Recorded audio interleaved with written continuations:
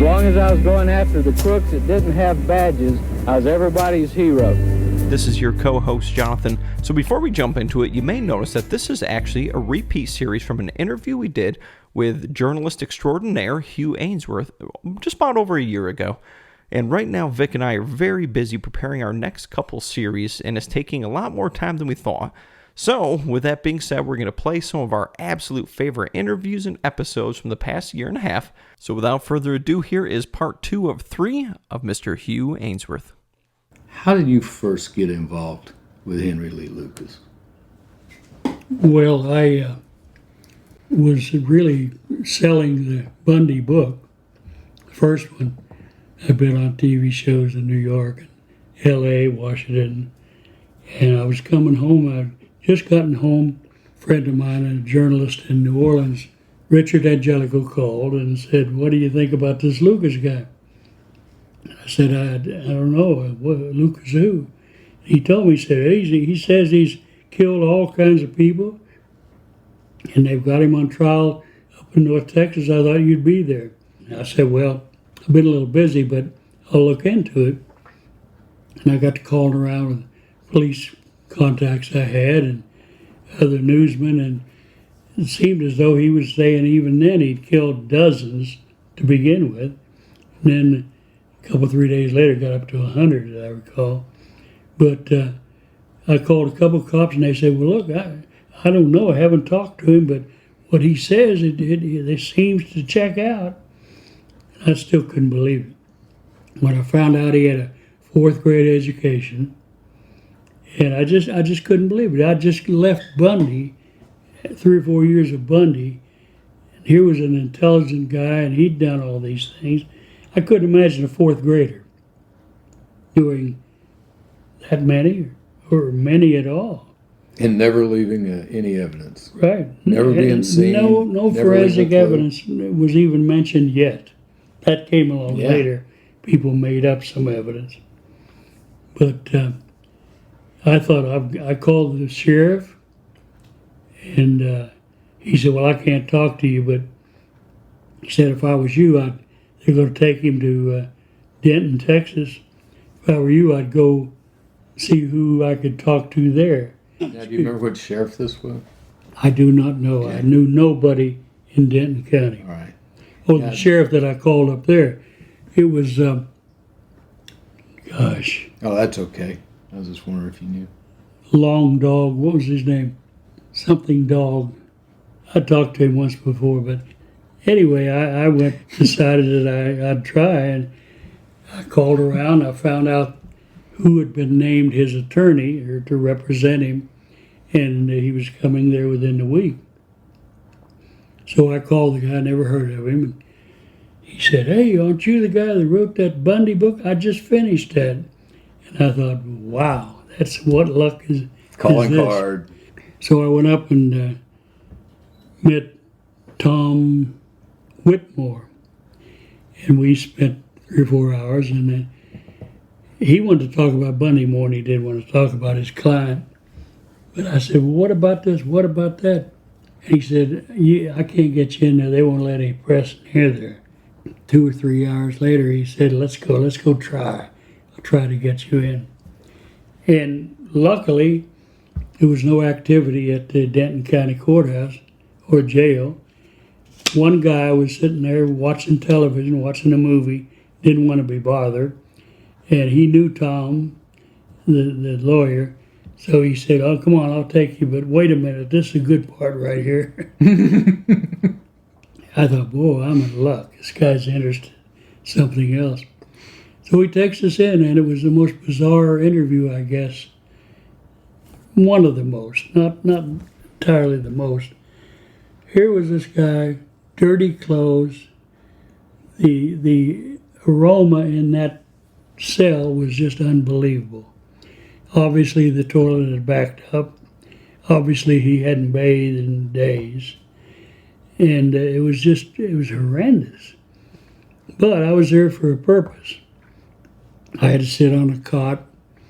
Tom, the lawyer, got the only chair, and we started talking. I kept asking him questions, and Tom tried to tell him what to expect, when the trial happened 2 or 3 days later, it was pitiful, really. I looked over at the table and there was a coffee jar cap or something with something water in it and a glass eye in it. I thought, geez, with that and the smell and this crazy looking guy with 2 or 3 teeth out grinning at me, it was the most bizarre moment in a long time. So Now, were they keeping him like that on purpose? Because as No, I I don't recall, think- Henry, he was always clean. well, he was clean when they got the pressure and everybody was seeing him. Yeah, Okay. this is when he'd just been out in the field showing them where he had put Becky's body parts. Mm-hmm. They'd been digging, and part of the dirt was from being out in that field. Well, what Henry tell you during this first conversation? Well, he didn't tell me very much. I said he started crying when he was talking about Becky, and I said, "Look, she hit him. They were asleep on the ground because they didn't have money for a motel, and she hit him, and he just immediately got his knife and flung back and killed her." He kept elaborating on that. It was just an accident. And Do you believe he killed Becky? oh yes, Okay. of course I do. I've always had my doubts Oh about that. no, I've never had my doubts on that. We'll get back together and you'll convince me. Anyway, I said one time, and he kept saying, "I loved that girl so much. She loved me." And I said, "Well, if you loved her so much, why did you slice her up and bury her all over county?" And he said he just kept crying. Then the jailer, the only one there, came to talk to Tom, the lawyer, and they stepped outside. And at that time, he said to me, he said, "Don't believe it, I'm making it up. Come see me, please come see me." And I didn't know if I could or not. Now he said, don't believe what I've been saying. I'm making it all up. what I've been saying. I'm making it all up. Yeah. So he told you that in the first meeting. First meeting. During the trial, I ran into Boutwell, and Boutwell mentioned the book, the Bundy book, too. He said, "Mark my words, Henry Lucas is going to be bigger than Bundy." He said, "I know what you did." He said, "You sure made some cops look good in that book." I said, "Well, I made friends with some of them." And I said, "By the way, the guy that helped us more than anybody else was a guy named John Boutwell. Is he any relation to you?" And Boutwell grinned and said, "Well, I don't reckon, but sounds like he might be." So as he's leaving after the conviction, 2 guys are escorting Lucas to his mobile unit. Boutwell says to me, he said, "No, he's going to be bigger than Bundy. Why don't you come talk to him? You can come anytime." And that opened up the way. It took me, well, it was a week or so before they set up task force. But within the month, I was down there starting to interview him. So you would go from Dallas down Yes, to Georgetown? yes. And I had free access to him for a long time. Tell us what that was like. Well, Henry was always looking around to see if anybody's listening, but he was talking. And he's always said, "They're taking me here, and they did this, and they showed me pictures." And one day, I went in to see him, and he was in with one of the Rangers, maybe somebody else, I don't know who else. And he was sitting there with a book, looking through pictures that some cops had sent in. Crime scene crime photos. scene pictures, Mhm. yeah. Yeah. Well, of course, I didn't say anything. We talked about it afterward, and he said, "Oh, they do that all the time." But So Henry told you they showed him pictures, plus you saw him looking at I saw him looking at pictures, and later I talked to cops that admitted that they gave him pictures. Mm. We wanted to show him, one of them told me we wanted to show him what the terrain was like, and, And then he would repeat what he saw in the pictures. Huh? Right, Yeah. right. And they would help him. You know, the way Boutwell got the confession in the Orange Sox case, if you read that closely, my God, he says he killed somebody 100 miles south of Austin. And Boutwell said, well, are you sure of that? Well, could it have been up there north about 20, 30 miles or so? Henry say, yeah, it could have been. Did you do this? No. Well, it looks like you did. And you told me you did. Well, I just forgot. Yeah, I did. You know, he would Yeah, I've seen he some would of just manufacture to fit their wants. How was this making you feel as you were going through this? What were you thinking? Well, I was a little bit scared because I thought when they find out what I'm doing, they're going to try to do something to me. Because at that time, I was the only reporter anywhere near getting the real story. And were you taping these interviews? I taped almost everyone. Do you still have all those tapes? No, I lost some in a burglary of my home. So you're home here in Dallas? You're home here in Dallas? Yes, I was living in East Dallas. I was going through a divorce, living alone. Came back from another assignment. I think I worked on the Little Rock case where the cop's kid was really the killer and they got him off. Scotty Scott. Scotty Scott. Yes. And I came home and one window was broken in and 30, 40, 50 tapes were gone. They left 2 Pentax cameras, which were pretty expensive. Did not touch them at all. And I don't know who did it, but I never told anybody because I called a friend of mine named Bill Alexander, who was an assistant DA. I knew Bill. And a couple of cops and talked to him about it, and they said, you know, you're involved with this. They knew what I was doing. And I told them, you know, what I thought. And they said, well, if you report it, it'll get all over other police, and some cops don't like you now already. So I wouldn't say anything about it, and I didn't. So you kept it to yourself, except for Kept it to telling Bill myself. Alexander. Within a week, I was back to interview Lucas. And as I walked into the sheriff's office, he said, "Hugh, I'm sure sorry about your break-in and everything at your house." I had not told anybody. And I know the 3 guys that I talked to didn't tell anyone. No, Bill wouldn't tell. I know that for a fact. Yeah. No. But things went downhill starting about then. You remember Bob Lemons? He had a daughter killed. He stirred up the task force a good bit. Yeah, he did.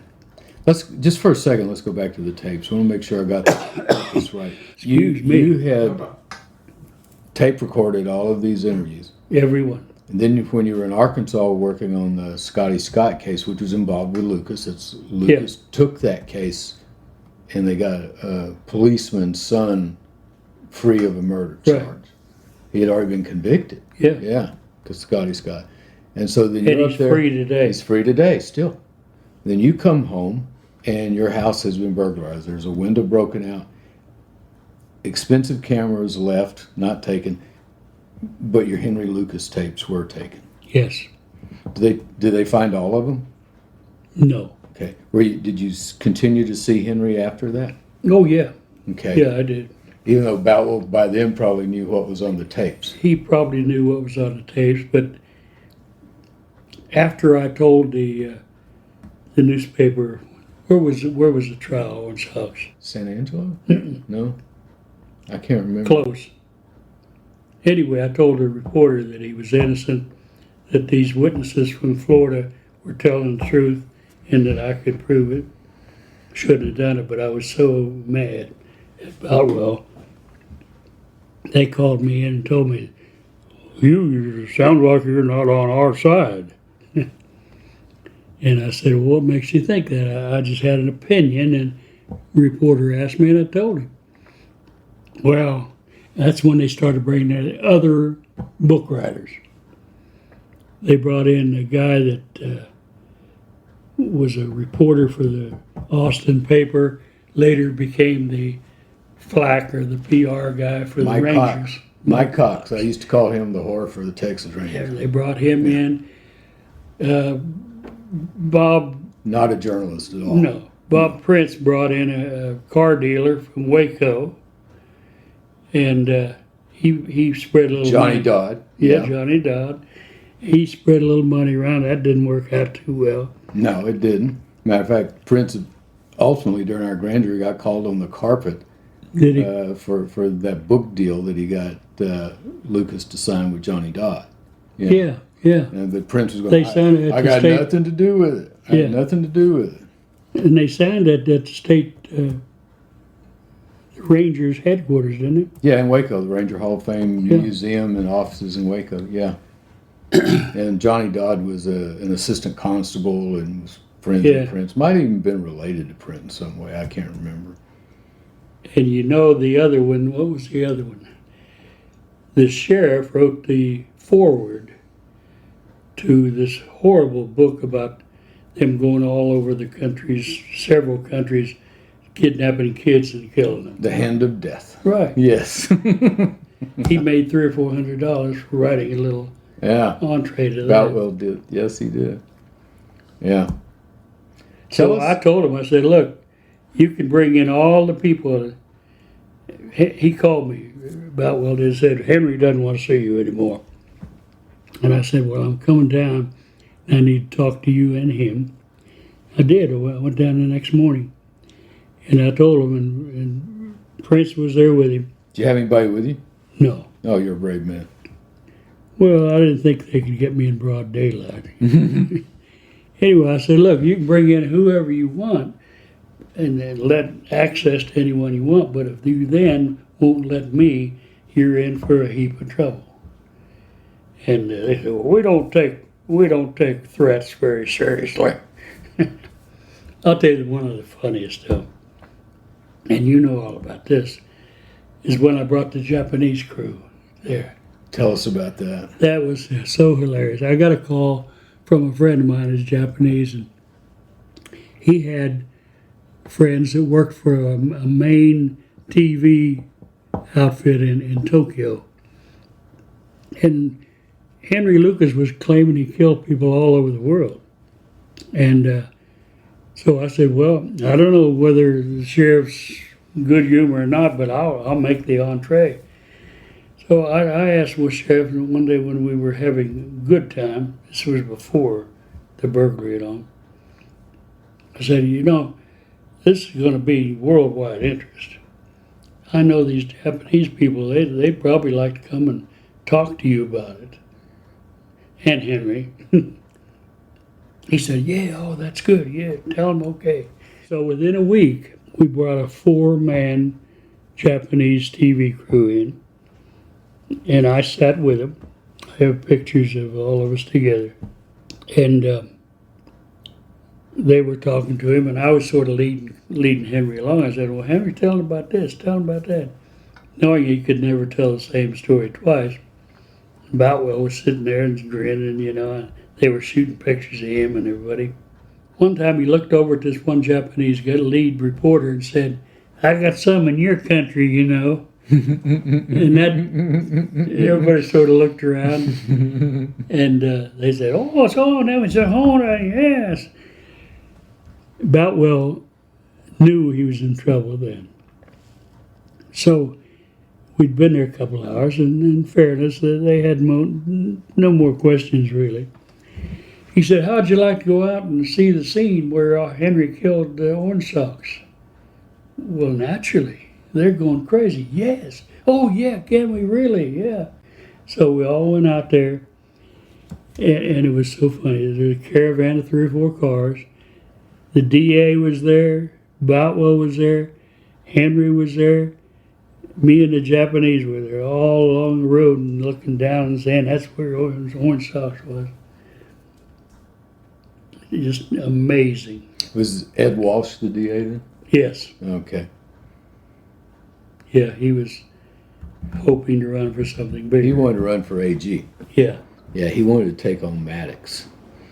And he was, remember, very critical of our grand jury and of Jim Maddox for being involved in it.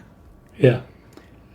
You know, I went down to see Jim Maddox early on, before I met you. Uh-huh. Told him what was going on. He was under indictment at the time. as Yes, I recall. So he didn't have a lot of time to do He anything didn't. about it.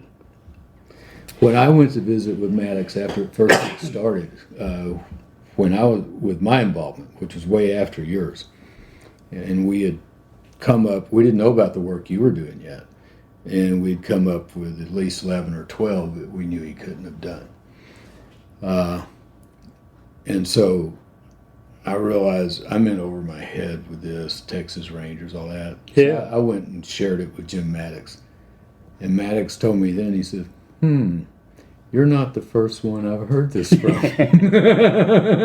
He didn't say who, not till later. Yeah. But he did. He said, you're not the first one I've heard this from. I think we'll look into this with you.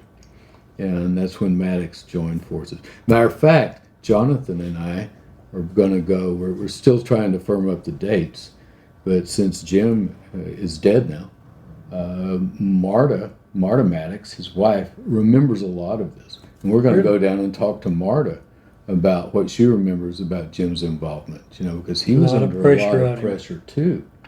And not only was he under pressure, but they put pressure on Mark White, not to fund what we were doing. Because Maddox was going to approach Mark White about some state funding to look into all these cases.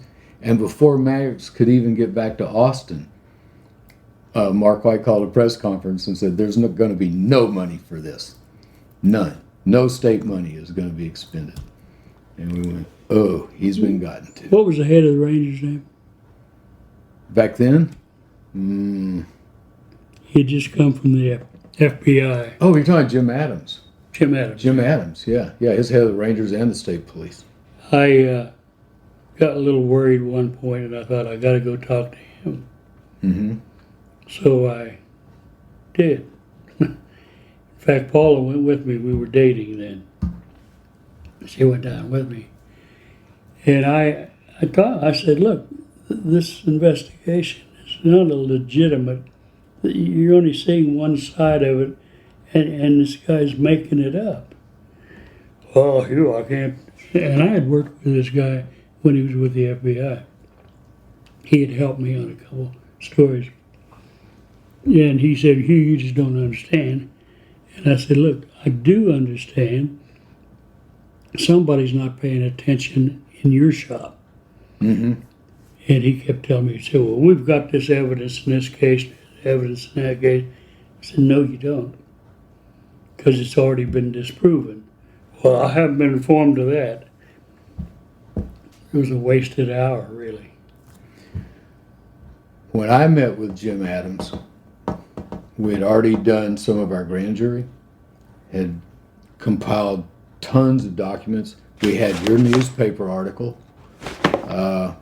and I had two assistant AGs, Reed Lockhoof and Mike Hodge, go with me. Maddox had assigned them to my office to help with that grand jury. And we present all this to Adams. He's sitting behind his desk, looking all smug, poker face. And I pushed it across the desk to him and said, we want you to have this. And we want you to clean up your own backyard, and we will leave it alone. Just reopen these cases, take a fresh look at them. He looked at me, he shoved it back, he pointed his finger at me and said, we're not reopening a single Lucas case, but I am going to investigate you. Yeah. And that was the day they started full-time investigating. That was the day they started investigating me. There is no document in any DPS file anywhere that they were investigating me prior to late April 1985, after this grand jury had already gone and you had already published your newspaper article. So that's when they came after me. I remember going out in the hall and Reed Lockhoof saying to me, and seeing Reed was in a unique situation because he was the lawyer for DPS. He was the lawyer that the AG's office assigned to represent Jim Adams. Yeah. And I was wanting to talk to him out in the hall, and he goes, shh. meaning don't say a word. We didn't say a word to each other until we were way out in the parking lot. He said, I didn't want you talking in there because that man can hear everything, meaning he had the place bugged. And he was just scared to death. He says, I've never seen him like that. I've never seen anything like this before. I mean, I would take it really seriously. And I did. You know what happened after that. I heard. Yeah. Yeah, you did some more articles on that. You wrote some articles on me. And the Times Herald did a couple of really good editorials through that I appreciated too. Boutwell said you're not on my side.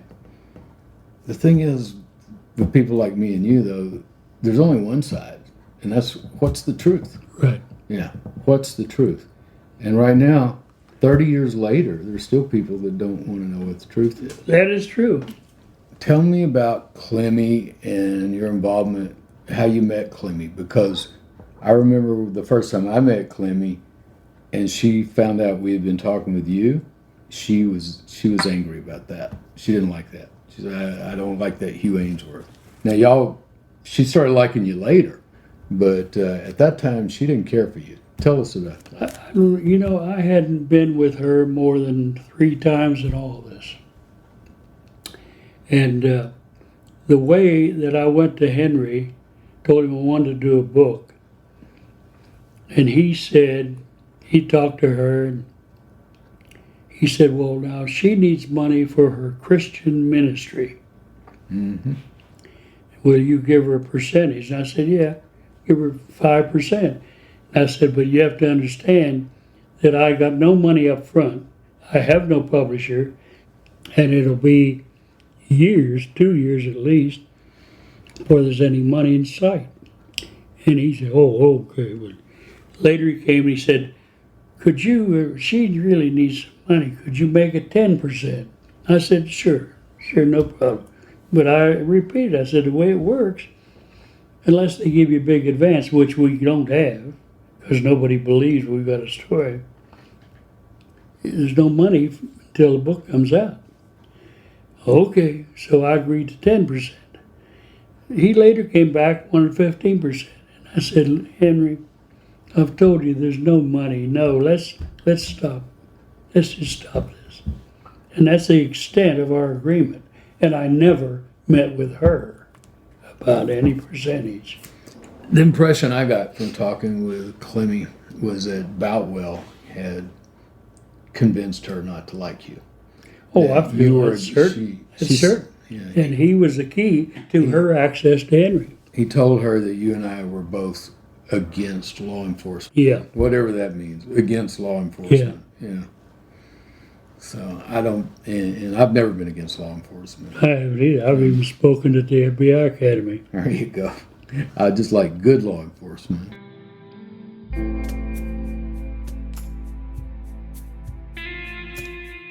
Hi, I'm Vic Feazell. During these trying times, you might want to just stay home. And at the law offices of Vic Feazell, we understand. That's why we're set up to handle your personal injury claim without you even having to come in. Just give us a call, and we'll take it from there. We can send any paperwork straight to your smartphone or computer. Don't delay, because if we don't put money in your pocket, you don't owe us anything. I'm Vic Feazell.